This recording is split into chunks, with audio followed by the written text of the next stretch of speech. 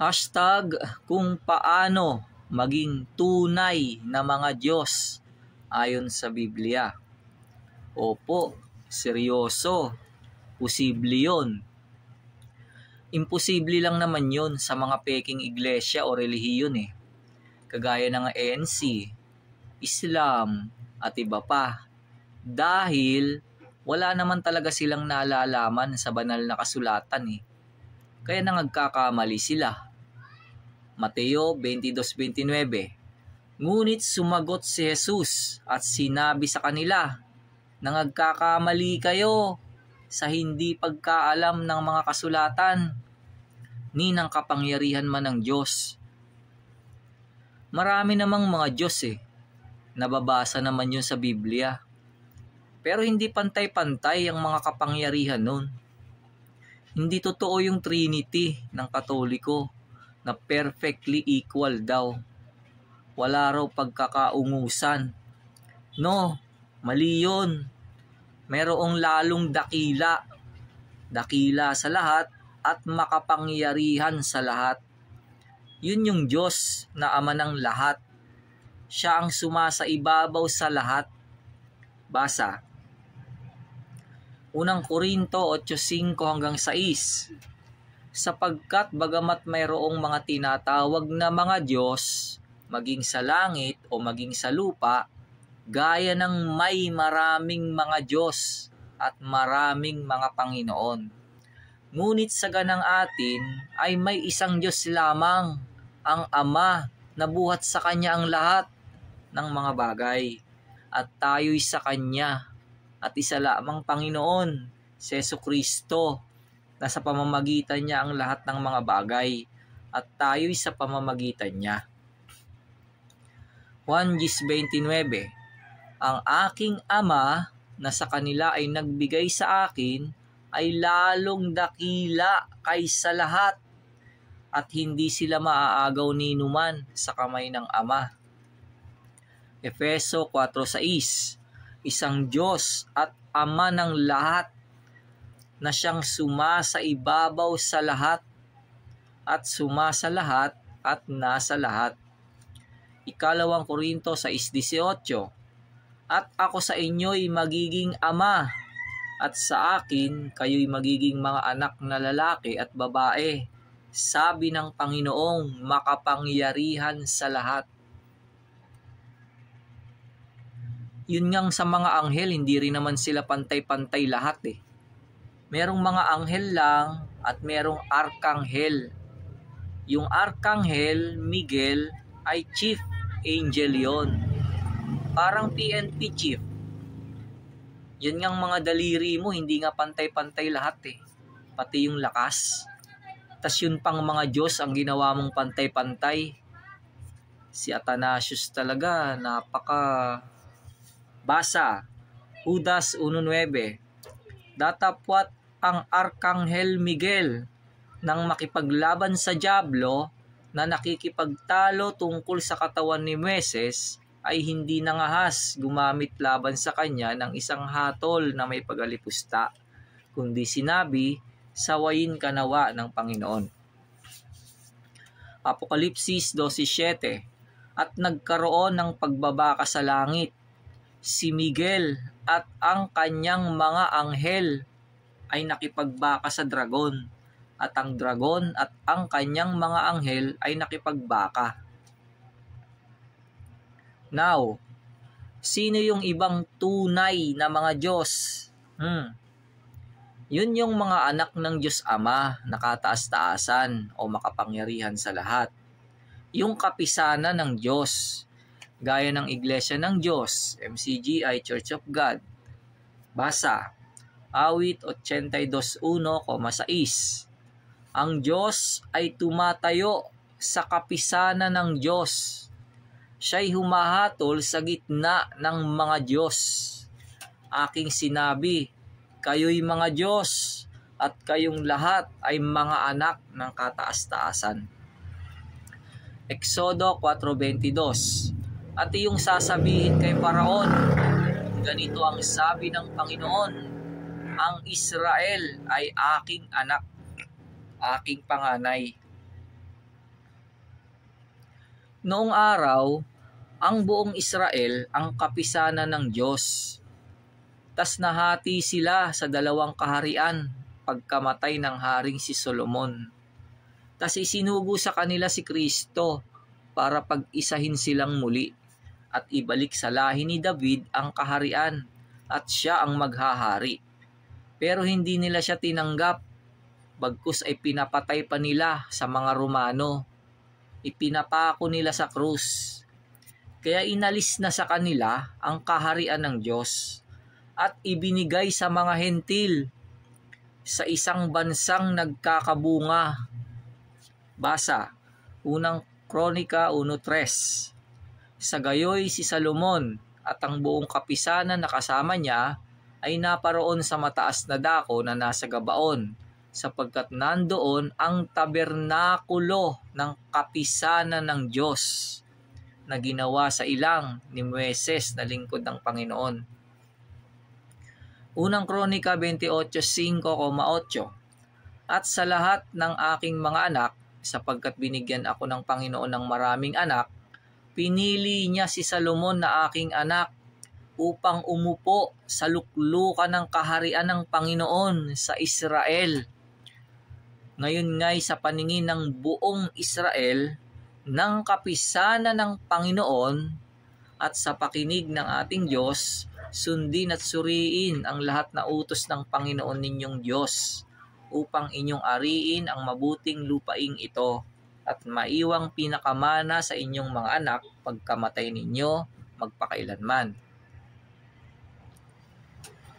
Unang Hari 11:11 hanggang 13, 29 hanggang 32, 43. Kaya't sinabi ng Panginoon kay Salomon, yamang ito'y nagawa mo at hindi mo iningatan ang aking tipan at ang aking mga palatuntunan na aking iniutos sa iyo.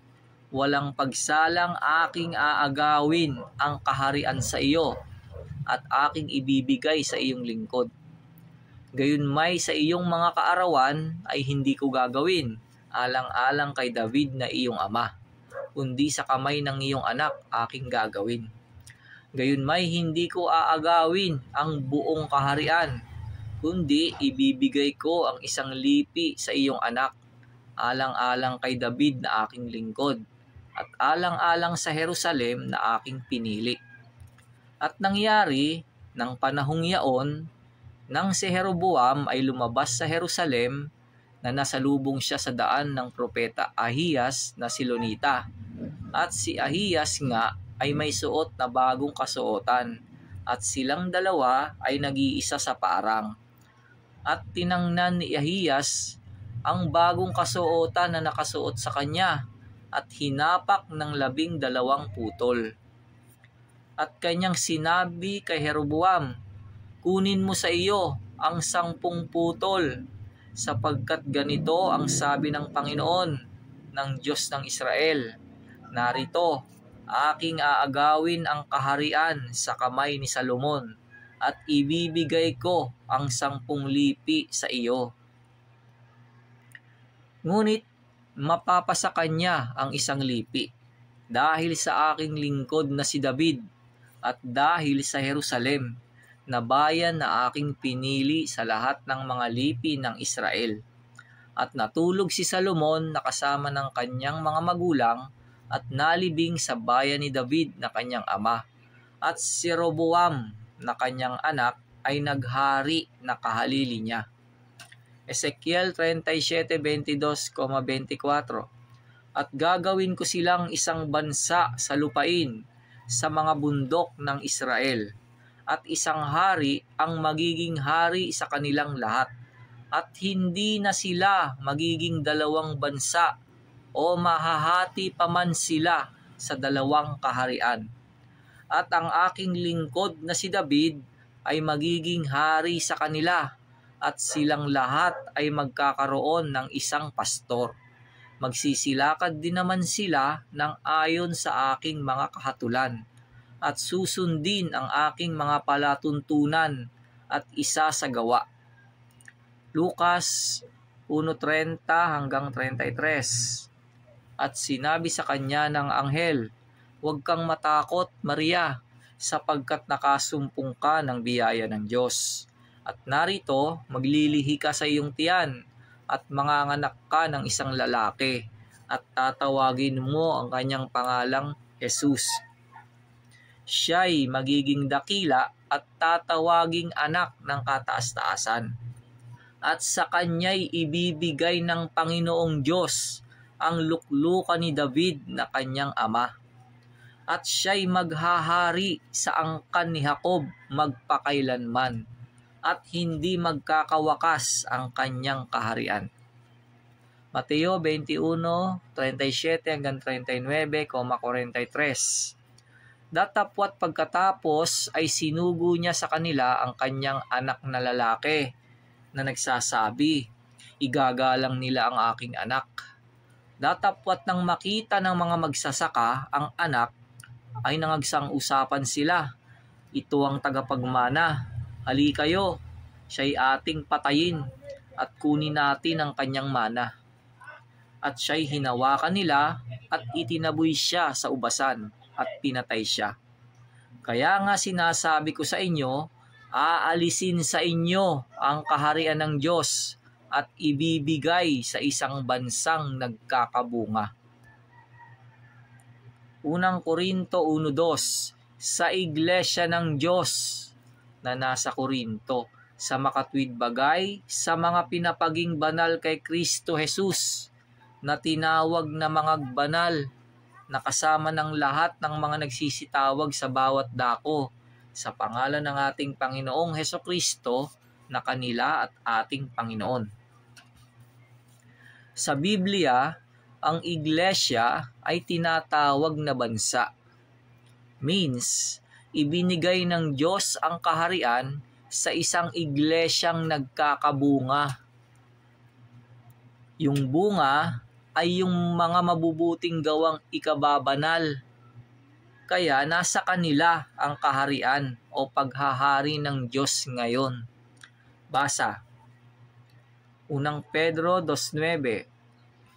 Datapwat kayo'y isang lahing hirang, isang makaharing pagkasaserdote, bansang banal, bayang pag-aaring sarili ng Diyos, upang inyong ipahayag ang mga karangalan niyaong tumawag sa inyo mula sa kadiliman hanggang sa kanyang kagilagilalas na kaliwanagan. Unang Tesalonica 2:12. Upang kayo'y magsilakad ng nararapat sa Diyos na siyang tumawag sa inyo sa kanyang sariling kaharian at kaluwalhatian. Roma 6:22. Datapwat ngayong mga laya na kayo sa kasalanan at naging mga alipin ng Diyos, kayo ay mayroong inyong bunga sa ikababanal, at ang wakas ay ang buhay na walang hanggan. Maraming mga peking iglesia ngayon. Isa lang ang tunay. Ang tunay na iglesia ng Diyos ay sila ang mga anak ng Diyos, kapisanan ng Diyos, at mga Diyos. Basa, 1:11 hanggang 13. Siya'y naparitos sa sariling kanya, at siya'y hindi tinanggap ng mga sariling kanya. Datapwat ang lahat ng sa kanya'y nagsitanggap, ay pinagkalooban niya sila ng karapatang maging mga anak ng Diyos. Sa makatwid bagay, ang mga nagsisisampalataya sa kanyang pangalan, na mga ipinanganak na hindi sa dugo, ni sa kalooban ng laman, ni sa kalooban ng tao, kundi ng Diyos. Hebreo 2:10 hanggang 13. Sapagkat marapat sa kanya na pinag-ukulan ng lahat ng mga bagay, at sa pamamagitan niya ang lahat ng mga bagay, sa pagdadala ng maraming anak sa kaluwalhatian, na gawing sakdal siyang may gawa ng kaligtasan nila sa pamamagitan ng mga sakit, sapagkat ang nagpapaging banal at ang mga pinapaging banal ay pawang sa isa, na dahil dito'y hindi siya nahihiyang tawagin silang mga kapatid, na sinasabi, Ibabalita ko ang iyong pangalan sa aking mga kapatid. Sa gitna ng kapisanan ay aawitin ko ang kapurihan mo. At muli, ilalagak ko ang aking pagkakatiwala sa Kanya. At muli, narito, ako at ang mga anak na ibinigay sa akin ng Diyos. Bakit tinatawag na mga Diyos? O papanong naging mga Diyos ang mga anak ng Diyos o kapisanan ng Diyos na iglesia ng Diyos? Kasi hindi na sila taga-sanglibutan eh. Hindi na sila lumalakad ng ayon sa laman. Nabubuhay na sila ayon sa Espiritu. Tumutulad na sila sa Diyos. Dahil ang Diyos ay Espiritu. Ang Diyos ay mapanampalatayahin. Ang Diyos ay hindi nagtatangi ng mga tao. Ang Diyos ay ilaw. Ang Diyos ay mabuti. Ang Diyos ay hindi liko. Ang Diyos ay matuwid. Ang Diyos ay banal. Ang Diyos ay bato. Ang Diyos ay buhay. Ang Diyos ay pag-ibig. Ang Diyos ay sakdal. Ang Diyos ay tapat, hindi sinungaling. Pag tao ay sinungaling. Pag Diyos ay hindi sinungaling. Ganyan din ang mga tunay na anak ng Diyos o iglesia ng Diyos. Dahil inutusan sila ng Diyos na maging mga ganyan. At masunuri naman sila sa Diyos at kay Kristo at sa Espiritu Santo. Kaya para sa Diyos, sila ay mga Diyos. Read Bible. Juan 17:14-16. Ibinigay ko sa kanila ang iyong salita at kinapuotan sila ng sanglibutan sapagkat hindi sila taga-sanglibutan, gaya ko naman na hindi taga-sanglibutan. Hindi sila taga-sanglibutan, na gaya ko naman na hindi taga-sanglibutan.